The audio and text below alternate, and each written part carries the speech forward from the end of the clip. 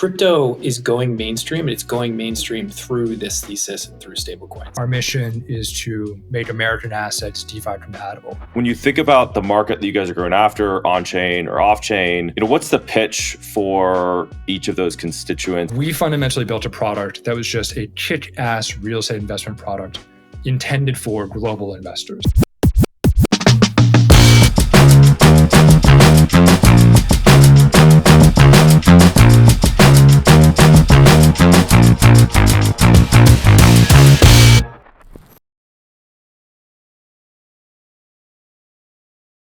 Hey everyone, I'm Mike Zyko. This is a Token Warrant, and today we're going to be talking Manifest with VanEck's Wyatt and Nathaniel Sokoll-Ward from Manifest. We're talking America and investing in America and the future.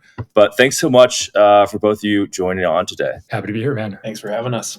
Should be a fun conversation. Wyatt, we're going to get started with you. I've got a bunch of questions because you've got a unique background. But you've been doing a lot in real world assets, stable coins. You've really built your crypto career here. So maybe just to kick things off, like with everything that's happened, new administration, friendlier environment, what's your take on where we're headed from a real world asset or stablecoin perspective in the years ahead? Yeah.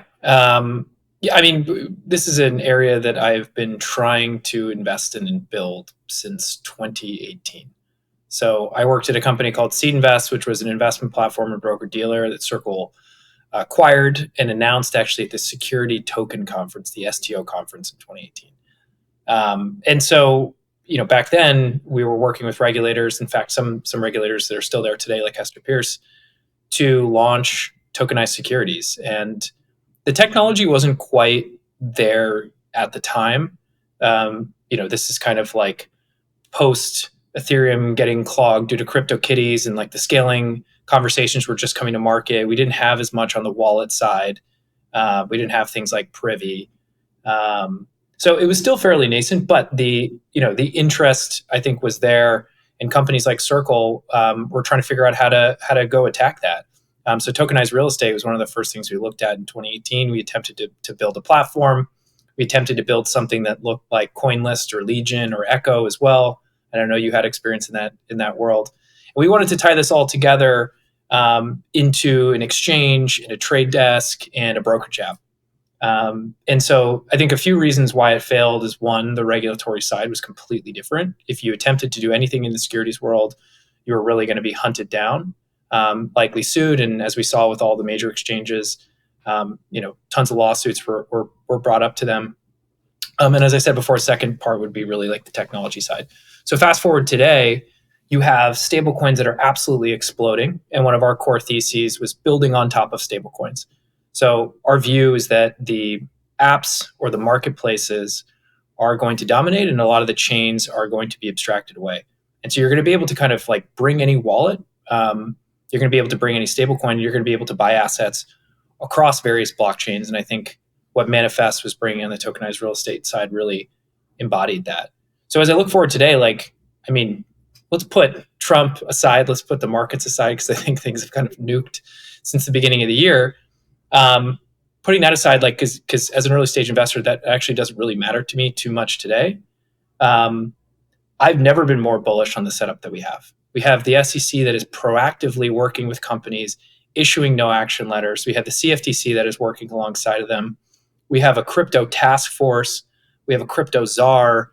We're going to get a stablecoin bill before August, according to Trump, was what he stated last week. You're going to have a market structure bill shortly thereafter. And so you're going to finally get this world where you can merge securities and crypto assets and have them seamlessly interoperate. So I'm never been more bullish, but I think for us, it was always like, follow the money, follow the stablecoins. That's the leading indicator. If you think about how many people all over the world are now, have a mobile phone, can download a wallet, and now can have a digital dollar sitting in that wallet in just a few clicks. What's going to happen next is that you're going to be able to put those dollars to work, and you can invest in something like Manifest's product offering. Allows you to earn steady yield on US real estate that is one click on your phone.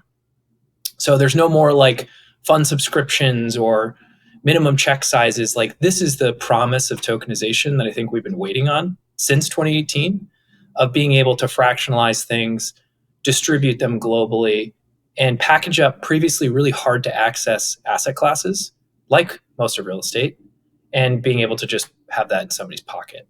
So I think we have a very, very bullish setup for at least the Trump administration next 4 years. Yeah, we definitely have a bullish setup, but the sentiment on at least crypto Twitter is pretty bad. No surprise. Within VanEck, since you guys have, I think, access to a different sort of class of clients and entities that you guys work with, what's the story that's being told internally? Like, how do you compare and contrast with maybe the crypto native crowd versus the more institutional crowd that you all interact with? I think a lot of the sentiment today within the crypto crowd is because people are looking for real world use cases. Like, we're tired of the more speculative use cases that create such intense volatility for the asset prices themselves and for a lot of the core metrics that blockchains use to justify their prices. And so if we shift to a world, our core thesis for this fund is kind of all things fintech on stablecoin rails. So, payments using stablecoins, settlement infrastructure for securities using blockchains, using stablecoins, marketplaces and protocols like Manifest for tokenized real estate. So I think the reason why the rest of the world is getting so excited about this is all the efficiencies that tokenization can offer, and that it can really cut out the whole back office. You're making things purely digital. You're making the blockchain the primary record of ownership. You're moving away from more of a paper-based system to a purely digital system. And that enables new things. That means transfers can happen much faster in a much cheaper way with less intermediaries. And really what we're doing is we're chopping away all of the middlemen. And middlemen means you have to trust people, and trust means you have to pay money, because these are all costs. And so that is kind of how we're talking to, on the VanEck asset management side, like how we're pitching this future, which is things are just going to be digital, quick, and more efficient. And I think the crypto world, like we're still a little too early. Like the broader RWA market, there aren't too many liquid opportunities. I still think it's a venture opportunity. I think in 3 to 4 years, though, you're going to have many different parts of this market emerge. And it's going to be more of a liquid opportunity, and it's going to pull and create more demand for block space, which I think will benefit the broader industry. But today we're kind of into that in between where we have the politicians and regulators finally on our side, but we don't have enough of the real use cases, like the major financial corporations or startups like Manifest that are at full scale. And therefore, it's kind of like the most bullish setup with the most bearish environment. Yeah. And, when I was looking into the history of VanEck, one of the things I thought was cool was that going all the way back to the very beginning, part of the DNA is introducing assets to investors almost for the first time in a way that they maybe previously hadn't had access to. So as an organization, are there parallels that you guys have been able to draw from when you look at, either crypto broadly today or more specifically Manifest, and like how you guys see things playing out, drawing on those historical comparisons? Totally. Yeah. I mean, like we were the first to create an international gold fund. I think you can obviously draw parallels to Bitcoin. So when Jan and Co, Jan's the CEO of VanEck, it was founded by his father. They found out about Bitcoin. It wasn't like this new asset class to them, right? It was like digital gold. And the firm was very quick to be the first to file for the Bitcoin and ETH spot ETFs in 2017. That obviously took a really long time to get approved. They got approved just last year. And same thing with ETFs. So I think like there are plenty of parallels. ETFs have a strong parallel with tokenization. And so absolutely, like this is the next evolution, is that things are going to be on blockchains. They're going to be purely digital. And we get all the benefits of that. So you've actually saw this even a couple of weeks ago. Hester Pierce was suggesting, like, if you have blockchains be the primary record of ownership, how does that change the licensing that people? Do we need transfer agents? Or can we start to just rely on this like purely digital infrastructure to start settling across these different institutions? So I think that's what really struck me as I was leaving Circle and coming to VanEck to launch this fund, is that I'm in an environment that's like this traditional asset management firm, but we do early stage investing. We do liquid investing too. But we have this team that's all kind of working together to share this information because we know that this is the future and we want to be ahead of the curve. And so I think VanEck will create its own tokenized products. We'll partner with companies like Manifest. And that's what's so exciting is that like we manage $120 billion, but we get to do pre-seed and seed stage investing and try to help pick the next companies that we think will be like the Robinhoods or the Coinbases of the future. And for us, I think that tokenization is going to be a huge area. Yeah, I agree. I mean, I think you guys, are able to bring a skill set and a depth of experience, from TradFi for the founders in the portfolio that definitely adds a lot of value. I'm sure it's a compelling pitch when you guys are trying to get into rounds. Nate, turning to you, you have a long background in PropTech and startups in general, and then kind of came over to the crypto side. Maybe, walk us through that journey of deciding like, hey, I want to make the leap over into crypto on a more full-time basis. I got exposed to crypto in 2017 through just a very bizarre circumstance. I ended up in a remote part of Bali, and in this like little homestay, there were these two guys from Los Angeles who showed up there with me. And they said they had just sold everything they owned, like home, cars, clothing, everything. And they put it all into Ethereum. And so over the next week, these two dudes basically just dosed me on crypto and tell me everything there is to know about it. And so, I got my, what was it called? Like your GDAX account that you like tie into Coinbase. And I got my Binance account, all this stuff. And I just learned a ton from them. And so I was, an equity trader like back in the day. And so I was initially attracted to crypto for the volatility of it. And so basically after that experience, I stepped away from crypto for a while. And it wasn't until DeFi summer that like sort of came back around into it. I had a bunch of buddies who were raising disgusting rounds of financing off of nothing more than a pitch deck. And I'm thinking like, what the hell is going on here? This is very different than the scene that I left in 2017. And around the same time, my friend and now co-founder, Val, he was also independently getting into crypto. He had left Deloitte, where he was sort of this lifer consultant over there. He had built an Ethereum mining rig off the side of his desk. And so we were both kind of like independently doing research into crypto. And at the tail end of DeFi summer, this is like December 21, we're like, hey, let's actually like dig into this a bit more. We decided to move to Buenos Aires together. And we got an apartment just because we wanted to basically do on the ground crypto research. When we were learning about stuff online, it was really hard for me to grok personally.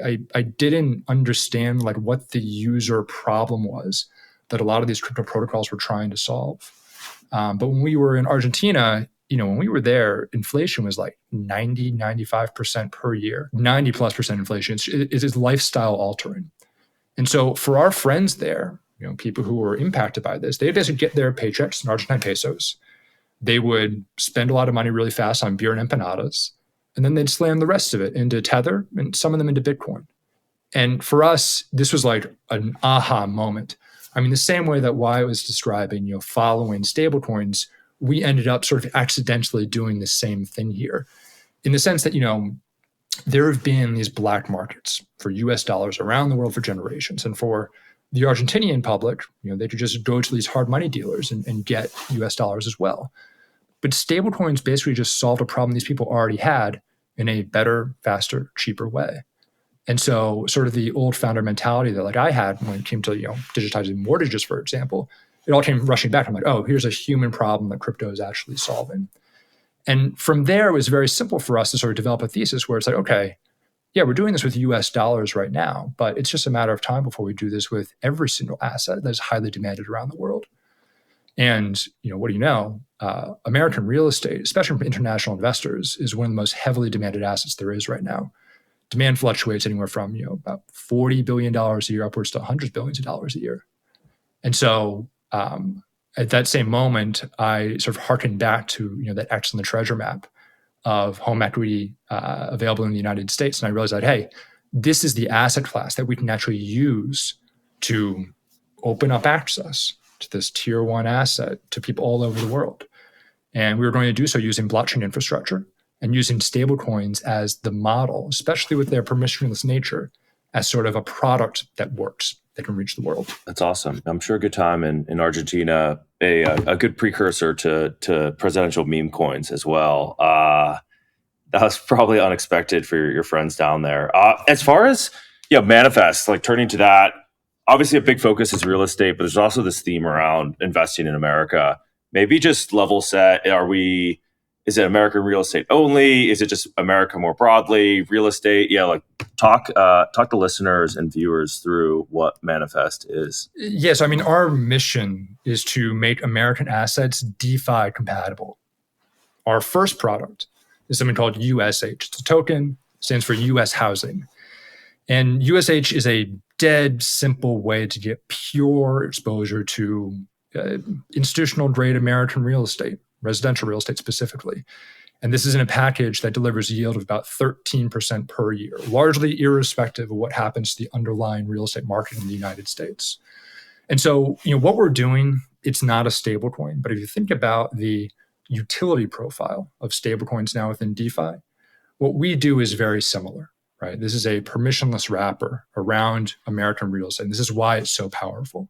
For as long as I've been in the space, people have been talking about investing in real estate on chain, but many of the first iterations of this have been really wonky. So, I think back in 2018, you had Harbor that tokenized dormitory in Louisiana.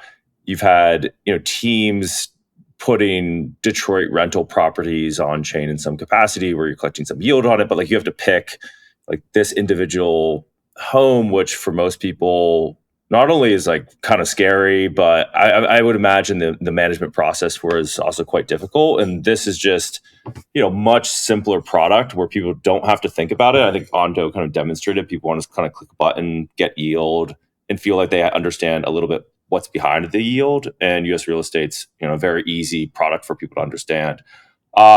This is a token warrant, so we're definitely going to talk tokens, talk fundraising. You had this idea, walk us through the journey of starting it, and then eventually how you got to connect with Wyatt and how you guys discovered Nathaniel and Manifest. Well, maybe hitting on why this is so difficult, both for us and for everyone who's been trying to tokenize real estate for literally the past decade. I mean, the graveyard of companies who've tried and failed here is really deep. And so people typically would get tripped up on the regulatory side. And so as Wyatt mentioned, we're in a much more favorable regulatory environment now. But a lot of the strategic work that we did on the reg side was so that this would work really no matter the administration. This would work for Trump, could work for Kamala. This could work for, FDR back in 1933, 1934, where a lot of our foundational legislation comes from. We had some unique cheat codes there that not everyone gets, right? So we basically had pro bono legal work for us. I am lucky enough, or sometimes unfortunate enough, to be the son of an international tax attorney. His firm did immense work for us, which we're very, very grateful for. And our first advisor at this company was effectively our GC from Roostify. And the reason all that's important is that it's really hard to raise money when you don't even know if your idea is possible, right? And so these guys basically helped us get over that hump where we could prove out hey, there is something real here. And then it just took the right conviction from people like Wyatt, from yourself, Mike, right, to give us sort of that final boost to get this thing out the door. Our journey was definitely long. I'll sort of tell the second half version of it. But around this time last year, we got accepted into the Alliance Accelerator, which was very exciting for us. The most notable company from our batch was Pump.Fun. So a very different business than ours. They blew up mid-batch. Expect similar results from a revenue perspective. That's right. We're counting on it. And after we graduated in May, through our demo day, we got connected to Wyatt's partner, Juan, while he was still at Circle. And while I'll let you tell that story if you want about the exit from Circle, but Juan was sort of yeah, this is interesting, but you should talk to my buddy Wyatt. He just left here. He's starting this really cool thing over at VanEck. And then Wyatt and my co-founder Val met up in Austin at Consensus, right? Yep. And you guys hit it off, which is great. Yeah, it's funny. So Juan is now my partner at VanEck as well. So I think he had some indication that he was coming over at that time because we were just getting the fund set up. But from our perspective, again, going back to we tried to do this And so I know how hard it is. And also, to your point earlier, Mike, if you expect an investor to be able to take a look at a plot of land in Nevada or a multifamily house in Florida, right? Or like you're tokenizing single asset properties, you're listing them in a marketplace and you're crowdfunding for each individual one. To get that retail investor on board, to educate them about the opportunity, to go sell them the opportunity, has a really, really high cost. And so the first thing that I loved reading their document was like, they had the background, they've thought about this really deeply, they understand how to utilize the technology, but taking that kind of index or basket approach allows you to get access to lots of different homes. I mean, that's the beauty of what you can do with the blockchain as well, and have it kind of be packaged in this single token product so that you can earn 13% a year, but you don't have to necessarily invest in each individual home in order to build that portfolio. I think of this a lot actually because I think Athena helped the market kind of begin to understand what some of these tokenized products are. Originally, it was kind of misbranded as a stablecoin, but really what you're starting to see is like these traditional funds are no longer funds. They become represented in one single token and they can have different sources of yield. And so that's what I thought was so elegant and amazing about USH.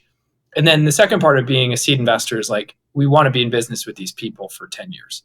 And so an idea is part of it. The vision's part of it. And there's many, many other components, but it really comes down to the people. So yeah, I met Val and, immediately called Juan and was like, all right, this team is awesome. And Juan was like, you got to meet Nathan.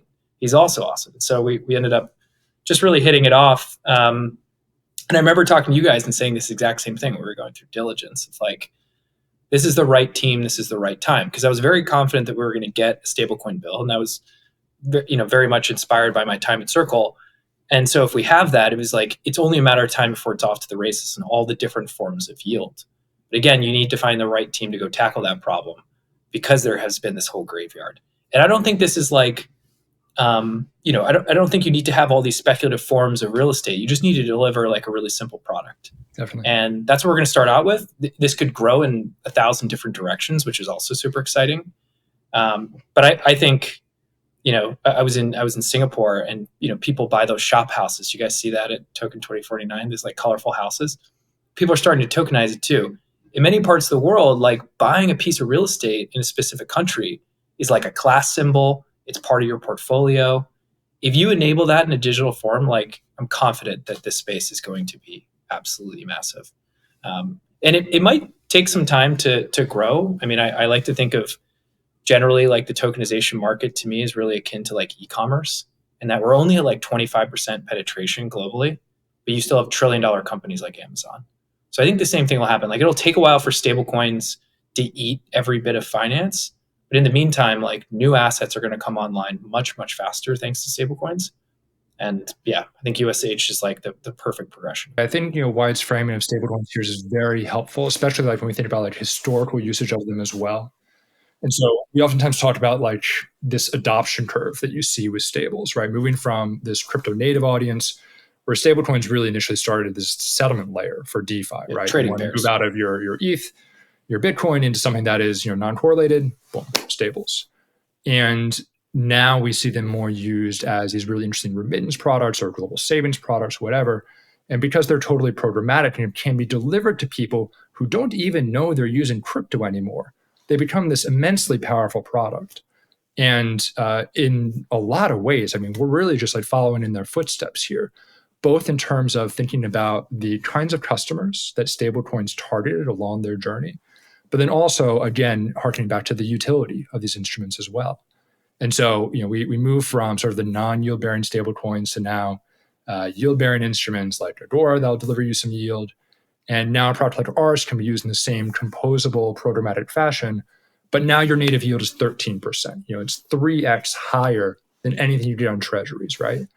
And yeah, it's just an incredibly powerful building block for the space. Nathan, you bring up a good point in terms of the advantages of versus U.S. Treasuries. Obviously, there's a lot of different yield-bearing products out there. You're competing in a space where someone could go to Athena, for instance. So there's crypto native products, and then there's also U.S. real estate native products that are off-chain. When you think about the market that you guys are going after, on-chain or off-chain, what's the pitch for each of those constituents and like why this is the right product for them? Or is it like, hey, let's ignore the historic off-chain buyer of US REITs and we'll focus exclusively on, on-chain asset buyers, for instance? Like how are you guys thinking about the markets you guys want to go after specifically? Well, maybe it was like an awareness of all the markets that we ultimately wanted to hit. But we also recognize that, we have limited time, limited resources. We have to focus on just a couple up front.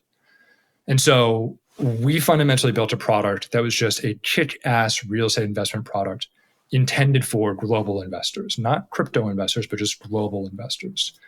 And I mentioned the pre-existing demand that exists right now from retail and institutional audiences to buy into US residential real estate. That demand is already there. We just have a better product that we can sell them. When I say better, it is faster in order to get into a property. So instead of a months-long subscription process, this is just 30 seconds. It is instantly diversified. So both Wyatt and Mike, right, you guys were pointing out that like buying into a random home in Detroit, especially if you live outside the country, is just an insane thing to do. And then good luck getting any sort of liquidity on that thing because it's not going to happen. There's this huge misconception in the space that just because something is tokenized, it's like magically liquid. Obviously not true. And then when it comes to ticket sizes as well, right? Typically right now, people invest in US real estate who are already rich. So with us, it's blockchain, right? You can buy a penny of it if you want to. And so this is the sort of product that better serves the existing customers that are out there. And we believe there's an entire segment of the market, who knows how big, that's just locked out from participating entirely. So we're really excited about that. Okay, so that's the audience that we are ultimately going to reach with this product. Where we are starting is with people who are on-chain, crypto natives, DeFi people. And this is where the utility of the token is so important. And again, thinking about the utility profile of stablecoins and honestly just rinse and repeating the same playbook here. So ensuring that people can either pop this token into an AMM, if they want to loop it, if they want to borrow against it. All these same strategies we're enabling with just now a different asset class, which is really exciting for us. It's also worth mentioning that the particular kind of asset that we're using to back this instrument, I mentioned it's a home equity derivative, right? It's called a home equity investment. There's already a market for these things in the United States. It's about $3 billion a year. It's nascent, it's growing very, very quickly. There's a class of investors who loves these things, but they really struggle to get in. So right now, to buy into this asset class, if you're an institution, it's a minimum ticket size of $25 million. And the same sort of subscription nonsense I was talking before, like months-long process, right? Really painful. There's an entire class of people who are trying to buy these specific instruments in the real world that we can service basically instantly right now. And so that is not our target market, but in terms of getting a more interesting pedigree of investors on board alongside the VanEcks of the world, that's a space that we're really excited about too. Crypto is going mainstream, and it's going mainstream through this thesis and through stablecoins. I see this every week where, whether it's the BlackRock CEO, Bank of America, Vlad from Robinhood. I think actually Robinhood is really paving the way here. They're trying to offer all these different asset classes. And what do they reference every single time as the base infrastructure? It's crypto. And so I think this is our moment to kind of seize this and show people the magic of crypto. Because, for example, I had to wire money into my own venture fund recently. If you go through that process, right, it's pretty insane. Most people don't have to actually interact with wires all the time. But I had to go down to the bank to physically move my money. They wrote down the fund subscription information on a Post-it note. It's 2025. And it took the next day to settle. It's really crazy. When you move money on a stablecoin, I exercised my Circle stock using USDC on Base. Circle confirmed it in 2 seconds. The whole process cost me nothing. That's the world we're moving to. To move seamlessly between fiat to crypto to stablecoins, and then move that on a blockchain. Like if you're using USDC on Base, that whole process is free. Coinbase completely subsidizes the on-off ramp. It's free to send it on Base. You have that, you're like, holy crap, that is the most magical experience. What TradFi now is realizing, especially as we just moved to 24/5, 24/7, everyone's like, this is going to happen via tokenization. You start to feel that same magic where now we don't have these, angry regulators or debanking that's happened. you're going to have that magic where moving between a bank account into a digital wallet is going to feel like seamless. And you've seen that even with Robinhood. You can exit from your crypto and RTP to your bank account in seconds. And so you start to expand that universe, like Circle, Coinbase, Tether. A lot of them already have like deep liquidity networks in these countries that were made challenging because you couldn't actually go get that bank account in the US. So I think in the next 6 to 12 months, this starts to change. And you're going to have that moment where TradFi goes like, why do we want this? Well, we want this because it's faster, easier, cheaper. We can get out of it. We can transfer it. We don't have to pay mountains of compliance people and lawyers to go handle these subscription processes. And it's 24/7. Like that was the magic that BUIDL, which is just a tokenized T-bill product from BlackRock, that was the magic of it, is that I can redeem BUIDL for USDC 24/7, 365. It's the first always-on financial product that the TradFi world put on a blockchain. And so like that same magic can be applied to USH. I think that's like what hooks him, is that like it costs nothing to send this money. It costs nothing to click that button and subscribe. And I can always go redeem that back for a stablecoin. And to Nathan's point, you don't automatically get liquidity, but I think there's enough players here where they're going to start getting involved, and you're going to see the demand for some of these products really skyrocket. It probably starts with, crypto natives or kind of some of the emerging market fintech apps. You think about all the people that start with a stablecoin in Argentina, buy Bitcoin, and want to move up the risk curve. They're going to buy T-bills and they're going to buy stuff like USH. And that starts to kind of snowball maybe into other countries like the US, where folks like Robinhood are, made it, again, one click to get 4.5% on your dollars. Maybe they start integrating products like Manifest over time as well. So it's super exciting. My guess is it happens, again, not overnight, but like once you have that experience yourself, it's very hard to go back and send a wire. Yeah, the light bulb moment for a lot of people is stablecoins, as long as they're crypto natives and they've seen the pain of managing, wires potentially on the back end. If the average person, like magic can sometimes just be expected, so like they have to be explained, additionally on top of like why this matters to them. They're used to Venmo. They're like, oh, this kind of works for me. But especially outside of the country, it's like you just don't have these products available to you. Maybe going to, what we can expect outside of USH or visions for future products you guys might want to launch. Are you guys exploring, other real estate products, other just US-based assets that maybe, aren't easily accessible on chain? Like what's the vision beyond US home equity? Yeah, I'll tease this. So again, our mission is to make American assets DeFi compatible. And our ticker here, USH, stands for US Housing. Our governance token has been called USA.